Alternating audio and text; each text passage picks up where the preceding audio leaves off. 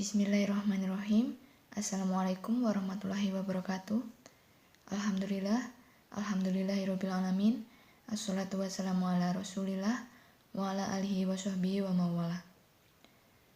Pada kesempatan kali ini, saya akan membahas materi tentang presupposition atau praanggapan.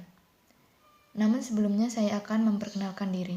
Perkenalkan, nama saya Nimas Ayumita Kusumawardani, NIM 2041900030, kelas TPIA, mata kuliah Pragmatics. Yang terhormat Bapak Ahmad Nadif MPD, serta teman-temanku yang berbahagia. Presupposition, menurut seorang ahli bahasa, George Yule, menyatakan bahwa praanggapan atau presupposition adalah sesuatu yang diasumsikan oleh penutur sebagai kejadian sebelum menghasilkan sesuatu tuturan. Yang memiliki presupposisi adalah penutur, bukan kalimat. Presupposition are piece of information associated with certain lexical items and syntactic constructions. Jadi di sini dijelaskan presupposition merupakan informasi yang dibawa oleh lexical item tertentu dan juga dihasilkan dari struktur sintaksis tertentu. Sebuah makna yang terkandung dalam sebuah ujaran seseorang yang dihasilkannya itu berdasarkan atau dikaitkan dengan certain lexical item dan syntactic construction. Jadi, definisi presupposisi atau praanggapan menurut bahasa berasal dari kata to presuppose, yang dalam bahasa Inggris berarti to suppose beforehand, menduga sebelumnya. Dalam arti sebelumnya, pembicara atau penulis mengajukan sesuatu. Ia sudah memiliki dugaan sebelumnya tentang lawan bicara atau yang dibicarakan. There are many such presupposition triggers, as they are recalled, and the following is just a small selection. Nah, berikut ada beberapa contoh-contoh kecil pemantik presupposition yang disebut dengan presupposition triggers. Yang pertama adalah facts atau fakta. Misalnya dalam kalimat Jack regrets that he cheated at the test. Dalam kalimat Jack regrets that he cheated at the test, ini ada presupposition yaitu Jack cheated at the test, yang dipercayai oleh orang yang membuat kalimat ini. Nah, seperti inilah yang disebut dengan presupposition. Yang kedua adalah aspectual verbs atau kata kerja aspektual. Jadi ada perubahan dari suatu kegiatan lain. Misalnya dalam kalimat seperti ini. Jill has stopped writing poetry, yang mengandung presupposition bahwa Jill has been writing poetry. Ada pemahaman dari penutur kalimat ini bahwa dia telah menulis puisi sebelumnya sehingga ada kata-kata stop. Kata stop menunjukkan bahwa sebelumnya sudah terjadi. Jill telah berhenti menulis puisi. Mengandung presupposisi Jill telah menulis puisi. Selanjutnya ada it claps, yaitu ada kata-kata it yang sifatnya impersonal atau tidak kembali kepada apapun. Jadi, dia bukan pronoun yang kembali atau merujuk pada suatu benda tertentu. Misalnya dalam kalimat ini. It was in November that we left for Mecca. Ada presupposition bahwa we left for Mecca. Saat itu, pada bulan November, kami berangkat ke Mekah. Sehingga ada presupposition, kami berangkat ke Mekah. Selanjutnya yang keempat adalah WH cleft. Misalnya dalam kalimat What Bruce ate was pia-pia. Dalam kalimat itu yang menjadi presupposition adalah Bruce ate something. Selanjutnya yang kelima ada focus particles. Misalnya dalam kalimat Jill ate rawon. Jill ate rawon too. Sehingga menjadi kalimat presupposisi somebody else at Rawon. Jadi, kata to dalam kalimat Jill ate rawon too merupakan trigger dari adanya presupposition bahwa ada orang lain yang makan rawon. Yang keenam ada quantifiers. Misalnya some, all, many, dan sebagainya.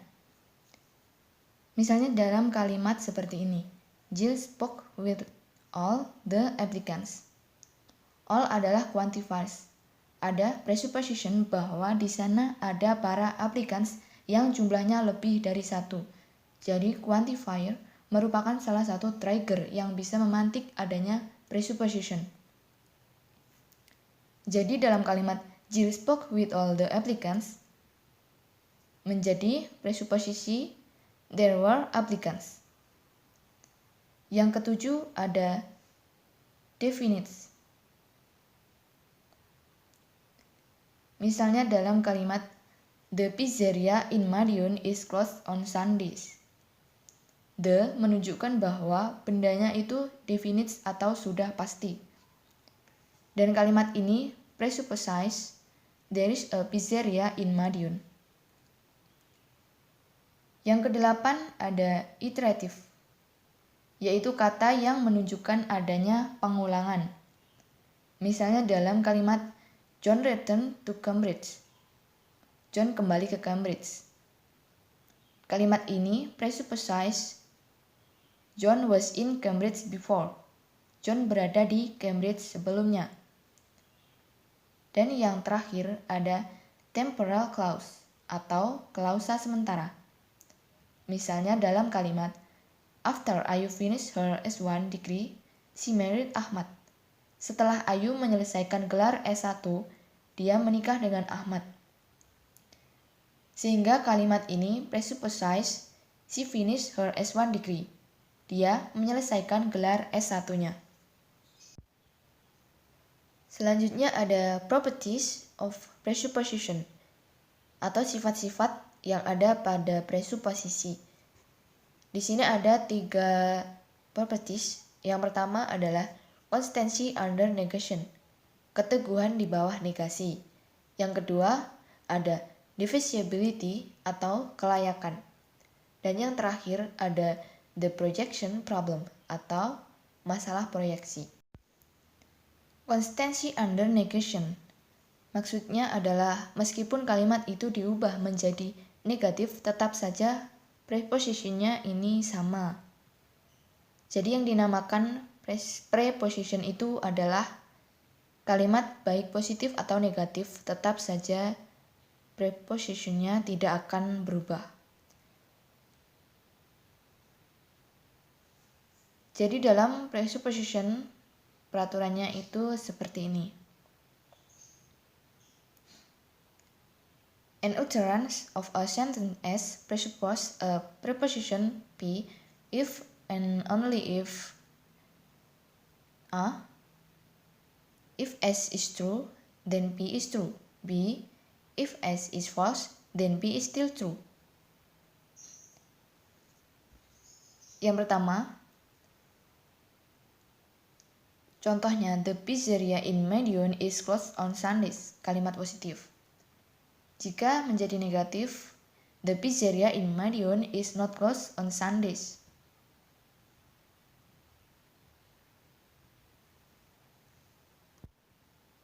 Selanjutnya ada divisibility atau cancelability. Maksudnya preposition bisa di-cancel sebagaimana implikatur, conversational implikatur. Ya, di sini dijelaskan like conversational implicator but unlike semantic entailment. Preposition are cancelable. They are nullified if they are inconsistent with. Jadi ada 3, ada background assumption, ada conversational implicator, dan certain discourse context.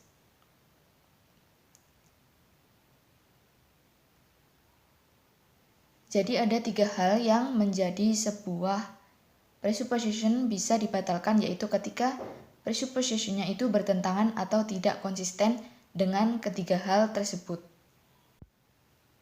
Yang pertama, background assumption. Misalnya dalam kalimat Mary got married before she finished her S1 degree. Kalimat ini presupposes she finished her S1 degree.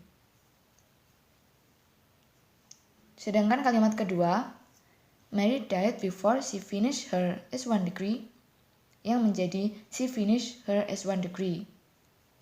Nah, kalimat yang kedua ini presuppositionnya tercancel. Maka itu bukan presupposition.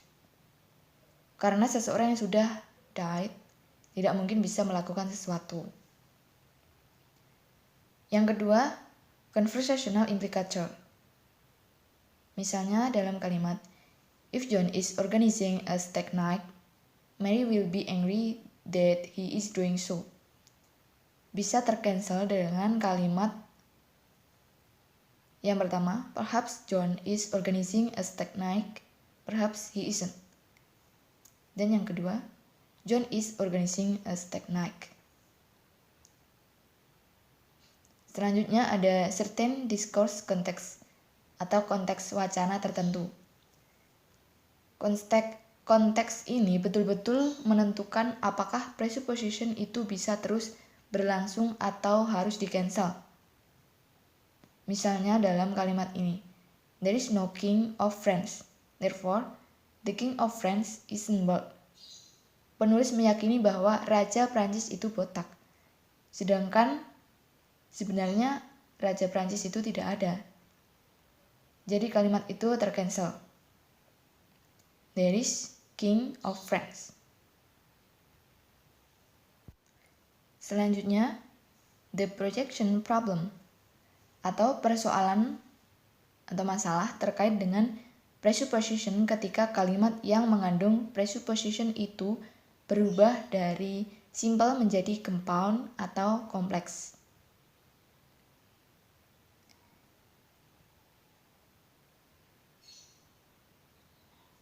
Nah, penjelasannya yang pertama, it is in general expected that the presuppositions of a simple sentence will extend to become the presupposition of the complex sentence of which the simple sentence is a part. Jadi, secara umum diharapkan peranggapan atau presupposition kalimat sederhana akan naik menjadi peranggapan dari kalimat kompleks yang kalimat sederhana tersebut merupakan bagiannya. Yang kedua, the projection problems manifests itself into opposite directions. On the one side of the projection coins, the presupposition of a component sentence may fail to be projected onto and hence inherited by the whole complex sentence. Masalah proyeksi memanifestasikan dirinya ke arah yang berlawanan di satu sisi mata uang proyeksi, mengandalkan dari kalimat komponen mungkin gagal diproyeksikan ke dan karenanya diwarisi oleh seluruh kalimat kompleks. Selanjutnya, on the other side, the presupposition of a component sentence may be preserved when that constituent sentence become part of a more complex sentence. Di sisi lain, pengandaian dari kalimat komponen dapat dipertahankan ketika kalimat konstituen menjadi bagian dari kalimat yang lebih kompleks. Untuk slide selanjutnya ada the presuppositions may be blocked. Artinya, presupposition di sini tidak bisa diproyeksikan karena kalimat yang simple menjadi kompleks. Misalnya dalam kalimat I'm sure John's wife is beautiful. Presuppose menjadi John has a wife. Tapi, bagaimana jika kalimatnya ditambahi dengan if clause, sehingga kalimatnya menjadi I'm sure John's wife is beautiful if he has a wife. Maka, presupposition yang sebelumnya yang ada di awal menjadi gagal untuk tetap bisa bertahan pada kalimat yang lebih kompleks. yang menjadi John has a wife. Selanjutnya, the presuppositions may survive. Peranggapan atau presuposisi mungkin bisa bertahan.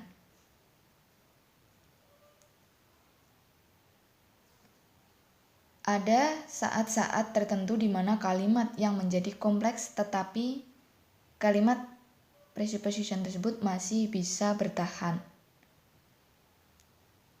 Misalnya dalam kalimat Susan returns to England menjadi Susan was in England before.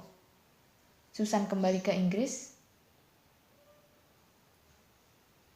menjadi Susan berada di Inggris sebelumnya.